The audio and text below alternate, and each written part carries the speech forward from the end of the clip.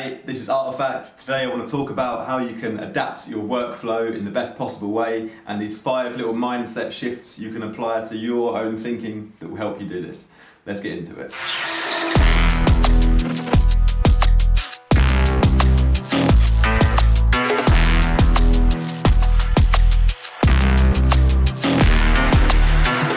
Welcome back to the Producer Mindset. This is Artifact, and in this day and age I think it's really important to always be constantly adapting your workflow when it comes to music production. So right now I'm going to give you 5 tips which I've come up with in how you can do this in a sort of natural and constructive way. So my number 1 tip is to not worry about preserving or forgetting old effects chains or processing chains that you've used to work with. Let's say you've made a really great processing chain and you've used this on a sound, you've got a really excellent result. It's important you don't overvalue this one formula that you've come up with, because if you really then decide to stick to it, you're going to be less likely to change it and adapt to newer ideas in the future. What's important is the actual process that you went through to get to this particular final sound, and not exactly the formula or the particular order of plugins that you use to achieve it. The learning experience you gained by getting from here to here in this particular way is what you need to be focusing on. You've achieved this great advancement in the sound, and you've done that by using your ears and making the correct decisions. And you want to be honing in on these 2 important skill sets and thinking about those more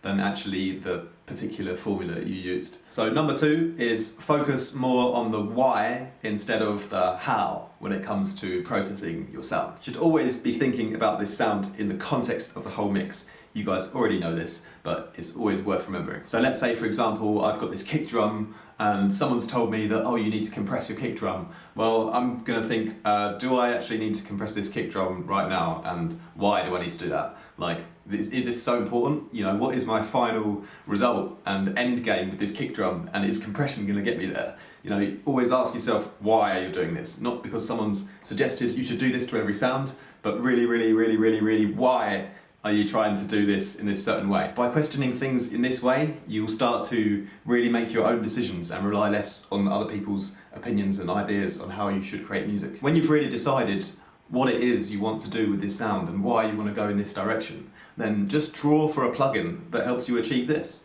You know, you don't have to necessarily pick the best branded new plugin to do this particular job. Just find one that is directly dedicated to giving you the purpose that you want from this particular process. Tip number 3 is always prioritize improving your core skill sets when it comes to music production. I've come up with 3 really important skill sets that are often overlooked that you should always be working on. Number 1 is your sample or sound selection. Are you choosing the right sound and sample to begin with? This often gets overlooked, but it's actually a skill that really improves with time. For example, are you choosing literally the best possible sample that you can use so you get the best sound quality in your track? And if not, then why not? And are you searching actively to find the best samples and sounds that you can use? And are you learning exactly how these look in the frequency spectrum and how you can then determine if it's the right one to begin with? Second important skill set is just your composing skills in general and your storytelling nature and the vibe that you're trying to create with a song, because at the end of the day you cannot make a bad song sound good with a wicked awesome mix down. You know, if a song's uninteresting or not sort of got a nice progression to it, a bit of a story to it, then even a perfect mix down is not going to make it great in any way. So always take some time to improve your composition and storytelling when it comes to making music. You can do this just by listening to some of your favourite records or referencing tracks and seeing exactly how they went about it when they got this particular vibe. The third skill set is placing your elements in the right spots. This can be in terms of the timing, exact timing during the loop or during the track, and also in terms of where they're sitting in the stereo spectrum, how far away they seem, how close they are, or to the left or to the right, etc. You can really achieve such a dynamic mix just by choosing your right elements well and placing them in the exact right spaces where they really accentuate the groove and give like a nice dynamic flavour to the track, all before you've even started processing. So my tip number 4 is to limit the amount of processing effects that you put on your sounds, just to the ones that are like the best idea, which are really going to add that extra value to a sound. I'm guilty of this myself. In the past,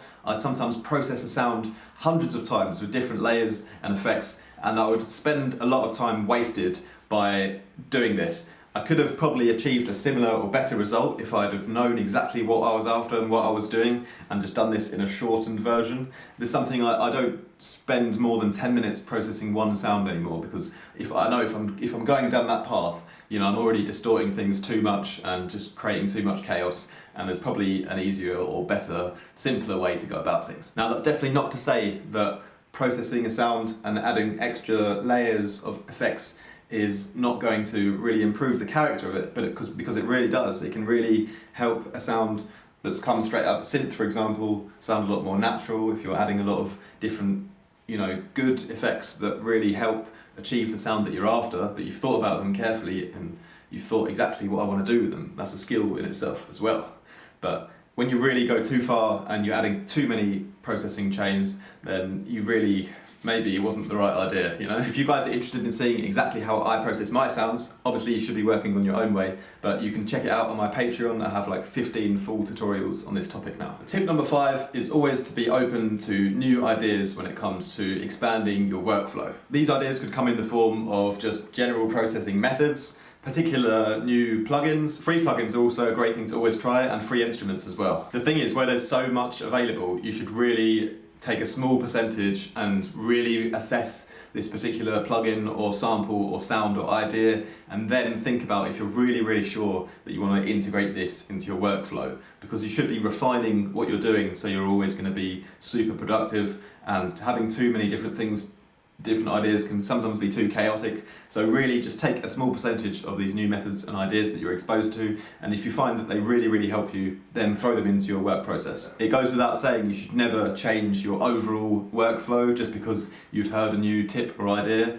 I mean, like I said before, if it's definitely going to help you, add these little ideas and shape your workflow nicely, smoothly using these, but don't just change your whole approach. You should be always learning and improving your own workflow, which will be different to everyone else's, and this is what's going to help you stand out. You want to be manifesting that workflow yourself and taking inspiration here and there, but always stay true to your own decision making, because it's your decision making which is going to make you improve the most. If you guys want to get more involved, feel free to join my free Producer Mindset Facebook group, where you can suggest ideas for topics. I'll always add your suggestions to my list and we'll make a video from them at some point eventually.